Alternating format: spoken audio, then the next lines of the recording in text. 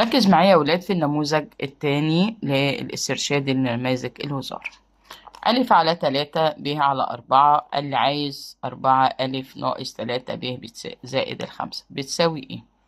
كل اللي أنت هتعمله حبيبي إن الألف هتساوي 3 والب هتساوي 4. يعني الألف يا ولاد بتساوي 3 ميم، ميم المقدار الثابت بتاعك، والب بتساوي 4 ميم. طب يلا نعوض، يلا نعوض. عايزاك وانت في الامتحان تقرأ السؤال مرتين 3 علشان ربنا يمن عليك بالإجابة. ليه يا ميس كده؟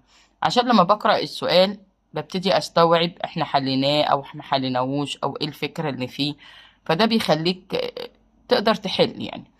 همسك الألف أعوض عنها بالتلاتة ميم، يبقى 4 في 3 ميم. حضرتك ناقص 3 في شيل الب وحط مكانها 4 ميم زائد الخمس.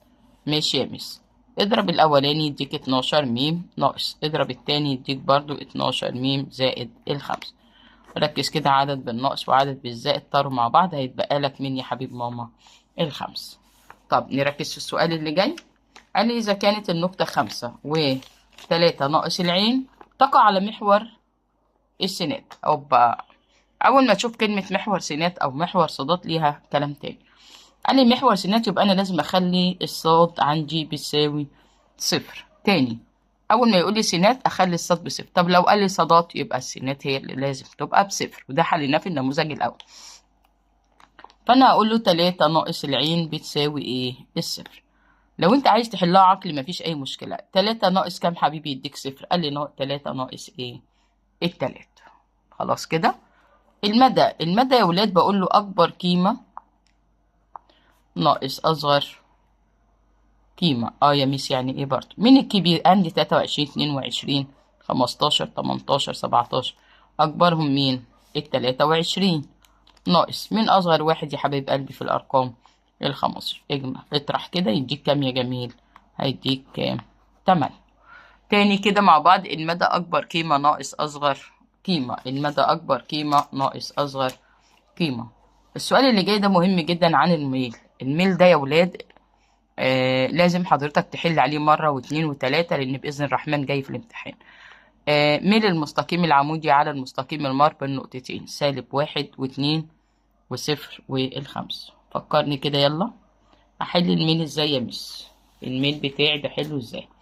قال لي هنجيب فرق مين؟ فرق مين؟ فرق الصادات. أيوة، كل مرة نكتب قانون على فرق السينات. هات يا حبيبي فرق الصادات. ادي صاد وادي الصاد، يعني 5 ناقص الاتنين. هات فرق السينات، يعني 0 ناقص ناقص 1. 0 ناقص ناقص 1. ايه يا ميس؟ طب ما تعمليها زائد على طول عادي. 5 ناقص الاتنين 3، وصفر ناقص الواحد يا جميل ماما 1. انا كده جبت الميل. كده انا جبت الميل بس ما جبتش العمودي لسه. كده الميل بتاعك 1. طب هات العمودي بتاعنا. يا ميس شقلبه. يعني ايه شقلبه؟ شقلب الكسر بتاعك، يعني الواحد فوق والتلاتة مقام. بس اشقلبه بس يا ميس؟ وما انت عايز حاجة تاني؟ يا ميس هشقلبه واحط له كمان اغير الاشارة.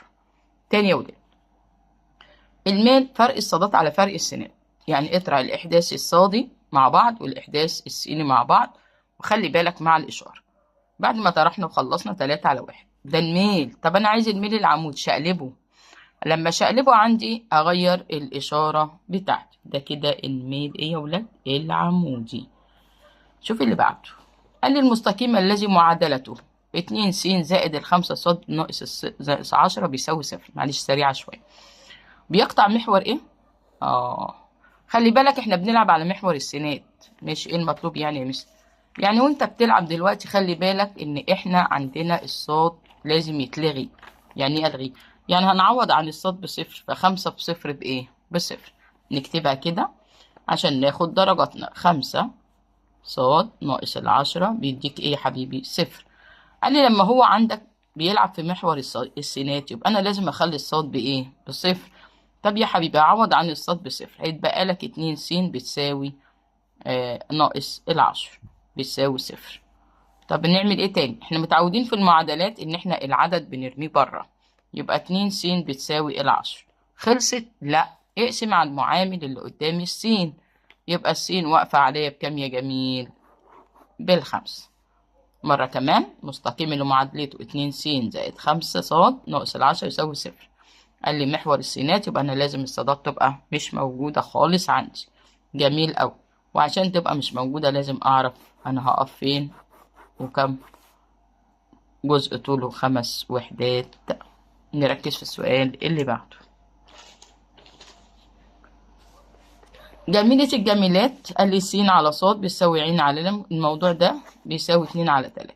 انت عندك مشكلة لو الس على ص جمعتها مع 2 ع و2 ل؟ ماشي، وبعدين ما هي هيديك برضو 2 على 3. بكده احنا خلصنا النموذج التاني. لا نكمل. حاضر. إذا كان ن س بتساوي 5، عايز ن س في ص بتساوي 10. طب ركز يا حبيبي، قال لك عدد عناصر السين بالخمس، ولما تضرب الخمسة في مين يديك ال10. قال لي لا، ده أنا هضربها في الاتنين يمشي، يبقى عدد عناصر الصاد بتساوي 2. أبسط مقاييس التشتت. أبسط مقاييس التشتت مين؟ أبسطهم المدى. طب وإيه هي مقاييس التشتت أصلا؟ قال لي الانحراف المعياري والمدى. الانحراف المعياري والمدى، وعليهم مراجعات إن شاء الله، ونجيب لهم مراجعات. قال لي الرابع المتناسب 4 و12 و16. هنفرض إن الرابع المتناسب مين يا جميل؟ نفرض إن الرابع ده س. ماشي، يعني أعمل إيه؟ يعني الرابع بتاعي س، أول على تاني وتالت على رابع، أول على تاني وتالت على رابع. يعني الأربعة على 12 بتساوي 16 على الس. هنضرب على طول طرفين يا شباب. يلا، 4 س بيساوي 12 في 16. طب وليه كده يا مس؟ يعني ايه؟ يعني ما تحطي السين لوحديها وعايزة تعملها معادلة كده جميلة على الأربعة، على الأربعة في الأربعة، على الأربعة في الأربعة، على الأربعة في الواحد. 4 في 12 ب48.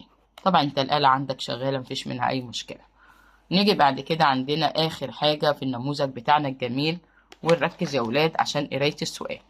قال لي إذا كان قياس الزاوية أ ب75، قال لي جا ب بيساوي جتا أ، جا ب بتساوي جتا أ، حيث إن قياس الزاوية حادة، حيث إن الب زاوية حادة. عايز قياس الزاوية ب. خلي بالك لما يجيب لك دي بتساوي دي، فإن مجموعهم عندي بيديني 90. تاني، لما يجيب لك الجا ب بتساوي جتا أ، فالاتنين دول مجموعهم يا ولاد ب90. 90 ناقص ال75 هيديك إن الب بكام؟ ب15. هيدينا إن الزاوية ب15. ده كده كان النموذج التاني من نماذج الوزارة، وركز فيها وامسك ورقة وقلم واحنا بنحل علشان تقدر تستوعب. خلي بالك احنا عدنا كام قانون معانا كده، لازم ترجع تذاكرهم تاني عشان ربنا ييسر، وربنا يجعلكم كلكم يا رب من المتفوقين. السلام عليكم ورحمة الله وبركاته.